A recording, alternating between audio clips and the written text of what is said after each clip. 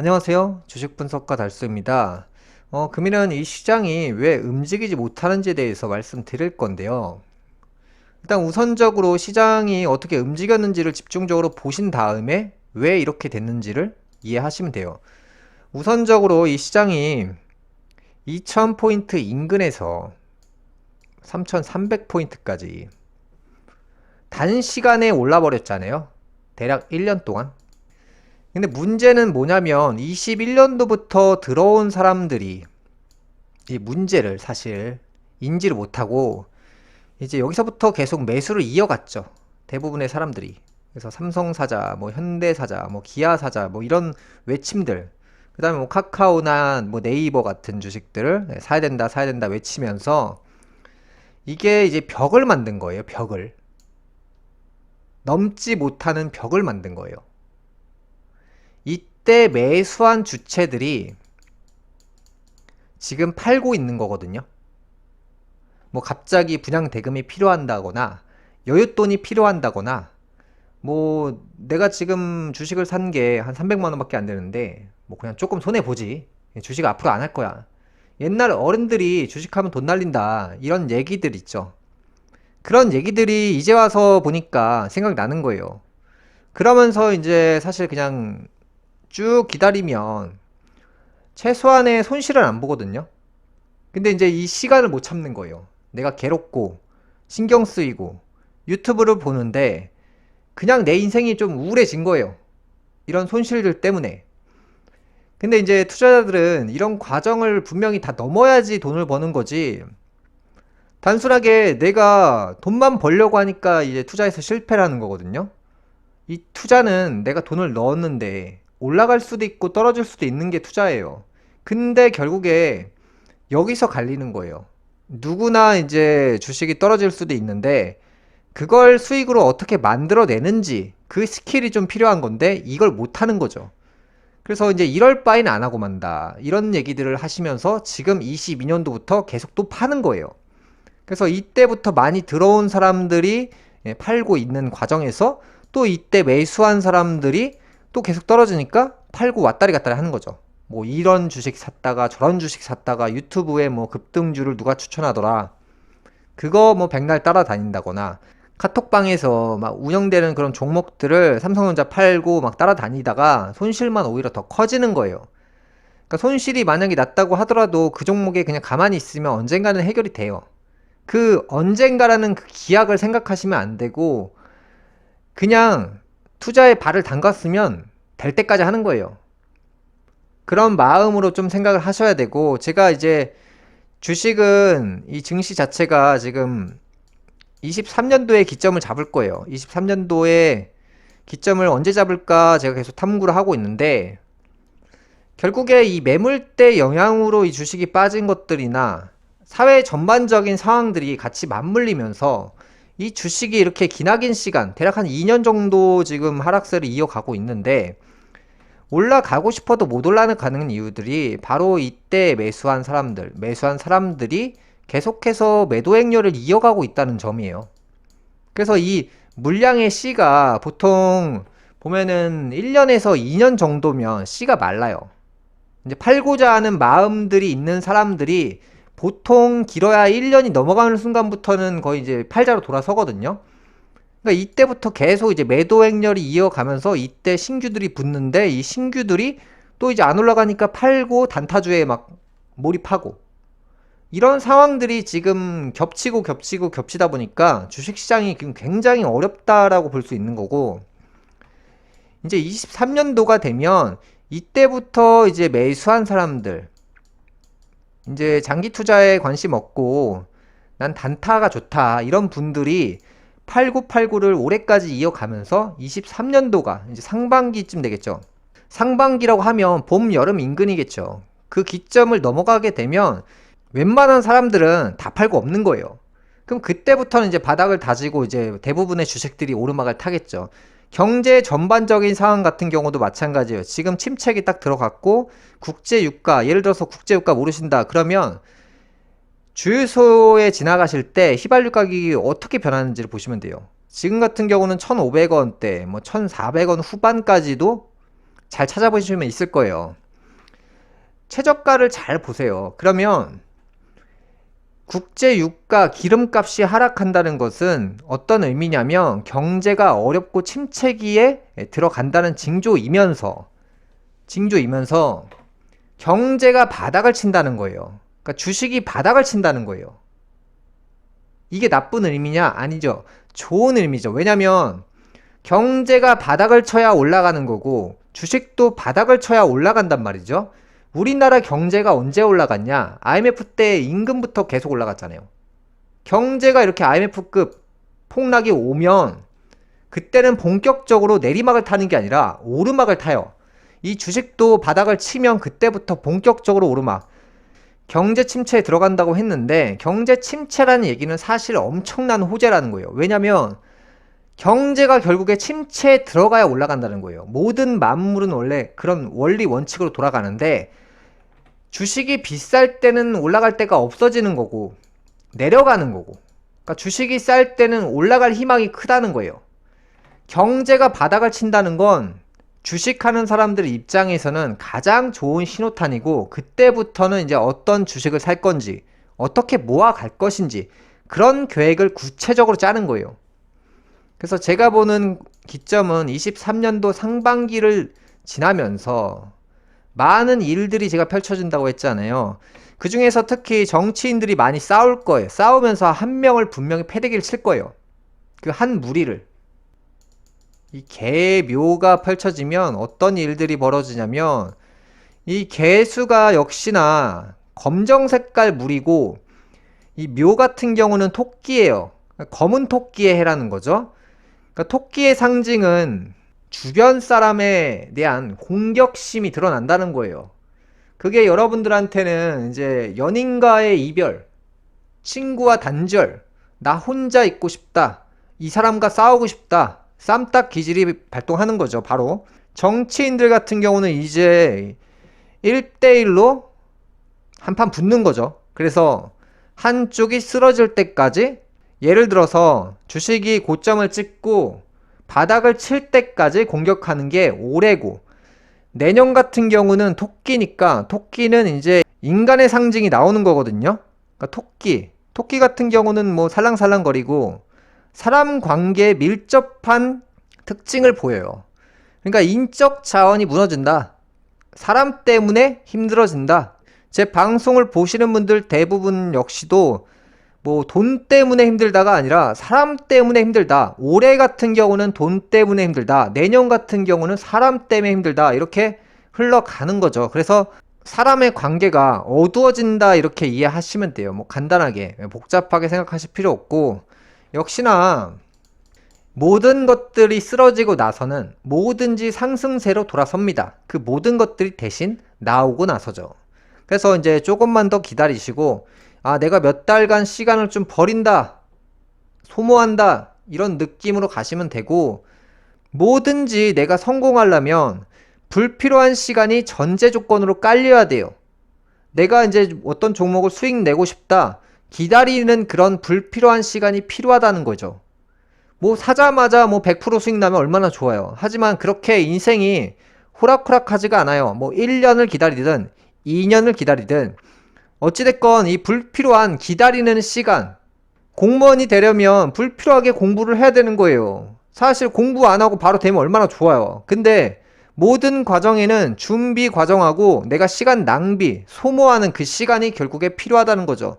그래서 이 주식시장 역시도 마찬가지로 이렇게 보시면 마치 공무원 시험 같죠. 이 주식이 다시 올라가려고 한다면 불필요한 시간이 결국에 필요하다는 거예요. 뭐 당장 그냥 뿅 하고 올라가면 좋죠. 근데 이게 내리막을 타고 바닥을 잡고 올라갈 수 있는 그 에너지를 모으는 그 시간, 그게 결국에 뭐 시간으로 봤을 때는 불필요한 건데 내가 돈을 벌기 위해서는 필요한 시간 낭비를 하는 거예요. 모든 주식이 그래요. 한국 주식들은 뭐 뻔할 뻔짜고 어차피 돌아가는 판이 거기서 거기기 때문에 어렵게 생각하지 마시고, 손해 본다고 해도 크게 의미가 없어요. 그게 결국에 이 불필요한 거, 시간을 그냥 소모를 해서 기다려서 만들어내면 되는 거고, 우리나라 주식들은 대부분 좋아요. 미국 주식은 계속해서 깐다거나 아니면 뭐 제가 이제 21년도가 되면서 대기업 우량주 사면 안 된다 이렇게 이제 깐 적은 있어도 사실 결과적으로 봤을 때는 이제 앞으로 이제 주식 투자를 뭐 한 달, 두 달 하실 분들이 아닌 것 같고 몇 년 앞을 내다보고 10년, 20년을 한다고 기준점을 잡았을 때 이제 내년 상반기를 넘어가는 그 시점, 정확하게 이제 방송에서 말씀드릴 수 있는데 그 기점을 넘어가면서부터는 대부분 좋아져요. 뭐 어차피 이제 코스피 지수가 뭐 특정 종목을 나타내는 그런 지수가 아니잖아요. 대부분의 대기업 우량주들이 평균값을 내서 이게 이제 같이 지수가 움직이는 건데 우리나라 기업들은 여전히 앞으로 좋기 때문에 앞으로 이제 좋은 분야들이 보면은 이제 로봇 분야가 앞으로 이제 핵심이 되죠. 로봇 분야고 그 다음에 교육 분야, 그 다음에 AI 이쪽 분야도 괜찮고 지금 해당되는 기업들을 잘 보시면 이제 삼성 같은 경우는 이제 반도체를 찍어내는 주력으로 하는 그 다음에 디스플레이 쪽도 이제 상당히 좋아요. 디스플레이 쪽도 상당히 좋고 삼성 같은 경우는 반도체를 찍어내는 역할 그러니까 이런 그런 핵심 축에서 재료를 만드는 거예요. 아파트를 지으려면 시멘트가 필요하잖아요. 삼성전자 같은 경우는 이제 시멘트를 만드는 회사고 그 시멘트보다 더 핵심적인 걸 만드는 회사에 투자하시는 것도 굉장히 올바른 생각이시고 이제 LG그룹 같은 경우는 로봇 만들고 있고 인공지능 쪽에도 굉장히 투자를 많이 하고 있는데 현대기아 이쪽 그룹 있죠. 이쪽 그룹 같은 경우도 로봇 쪽으로 갈 확률이 굉장히 높고 인공지능 역시도 마찬가지고 디스플레이 같은 경우는 LG 쪽이 잘하죠. 이제 우리나라 대표로 하는 그 대표자들의 이제 이미지를 봤을 때, 그 다음에 사주의 흐름을 봤을 때, 뭐 LG전자의 리더, 그 다음에 신세계그룹의 리더, 그 다음에 현대차 그룹의 리더, 이 세 명의 인물들이 저는 굉장히 앞으로 좋다고 봐요. 삼성전자의 리더보다 나머지 세 명의 흐름이 훨씬 더 좋다고 이렇게 나오기 때문에 한번 이거는 앞으로 10년에서 20년 뒤에 어떻게 되는지를 한번 보시면 될 것 같고 LG전자에는 이제 구강모, 현대차에는 이제 정의선, 신세계 같은 경우는 정용진 이분들의 전성기가 이제 시작될 거라고 보고 있어요. 그래서 이제 과연 어떠한 종목들이 어떠한 회사, 어떤 아이템을 가지고 성장하는지 좀 기대가 되는데 저는 그 중에서 이 LG그룹이 굉장히 좋다고 봐요. 이것도 저것도 모른다. 그럼 모르면 그냥 삼성 사면 되는 거잖아요. 근데 이게 한 개씩 이제 알다 보면 이제 대기업 기준으로 봤을 때는 뭐 뻔하잖아요. 대기업 기업들이. 뭐 많고 많은 대기업 중에서 이제 세 명의 인물이 좋고 그 다음에 그 중에서는 이제 LG도 좋고 현대차 그룹도 굉장히 괜찮아요. 인물이 좋잖아요, 인물이.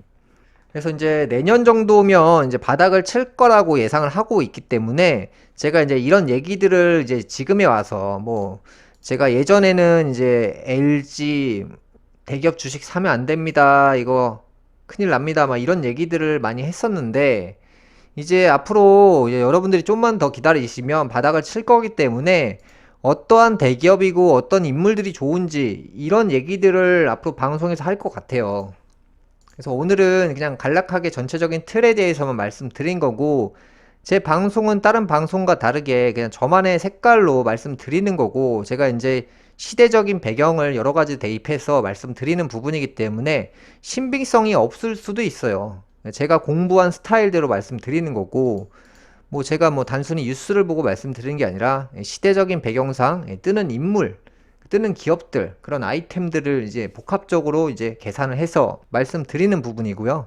앞으로는 이제 부동산을 이제 소유하는 시대보다 임대로 얻어 사는 시대, 월세가 전성기인 시대가 열리고 지금은 이제 문서를 앞으로는 들고 있는 게 아닌 시대가 되는 거예요. 뭐 문서를 예전처럼 부동산을 뭐 10년 소유하고 내 집 마련을 꿈꾸고 그거는 우리 할아버지 할머니 분들 그분들이 자녀들에게 그렇게 교육을 해서 세뇌를 시켜서 여기까지 타고 내려온 거잖아요. 근데 그게 이제는 중단이 된다는 거죠. 대가 끊긴다는 거예요. 그런 교육들이. 지금 우리가 이제 예전 어른들이 가르쳐 준 교육으로 지금 사용할 수 있는 지식은 거의 없어요. 앞으로는 젊은 사람들이 새로운 것을 창조해서 세상을 살아가는 것이지 옛날에 배운 것으로 이제 인생을 살아가는 시대가 아닌 거예요. 그럼 옛날에 배웠던 것들은 다 전부 버려야 되고, 그런 관행들도 잊어야 되고, 대부분 이제 지금 같은 시대는 어른들이 밑에 사람들을 길들이는 시대가 아니에요. 젊은 사람들이 윗사람들을 길들이는 시대로 바뀌고 있는 거예요. 지금 시대가. 이게 물의 시대의 전형적인 특징인데, 어린 사람이 강자가 되고 나이 든 사람들이 어린 사람들을 따라다니는 시대가 되는 거예요. 옛날에는 이제 어른들을 젊은 사람들이 따라다녔죠. 뭐 선배님이라든지 뭐 과장님이라든지 어른 말을 잘 들어야 자다가도 떡이 나온다. 약간 이런 느낌이었잖아요. 근데 지금은 젊은 사람들의 말을 잘 듣고 젊은 사람들의 유행을 따라다녀야 내 인생이 핀다는 거예요. 그것이 바로 MZ 세대잖아요. 요즘 이제 뜨는 직업들을 보면 대부분 이제 경력이 많은 사람들이 뜨는 게 아니라 초보자들이 돈을 잘 벌 수 있는 그런 시스템들이 구축이 잘 되어 있어요.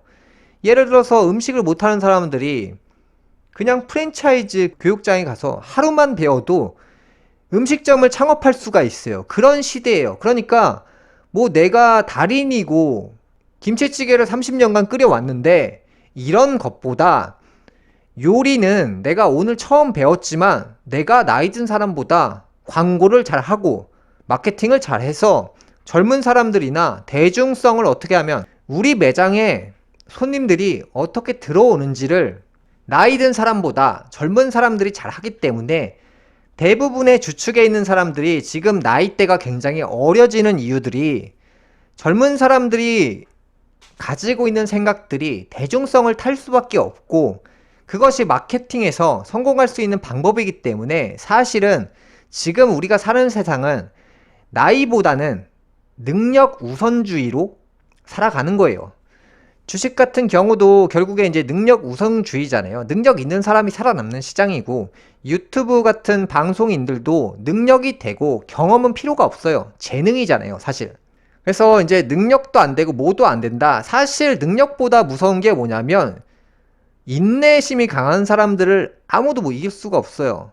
저 같은 경우는 웬만하면 포기라는 단어가 없어요. 제 머릿속이나 생각들은 될 때까지 하자 이런 마인드로 살아왔기 때문에 제가 지금 이 자리에서 방송을 그나마 할 수 있는 것이지, 여러분들도 뭐 어떤 종목을 사셨는데 뭐 손실이 나셨다 그런 거에 구차하게 생각하실 필요도 없고 그냥 내가 하고자 하는 생각대로만 그냥 내 인생 사시면 돼요.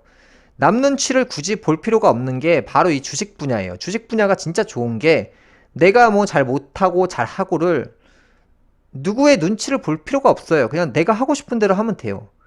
그래서 결국에 수익만 내면 되는 거잖아요.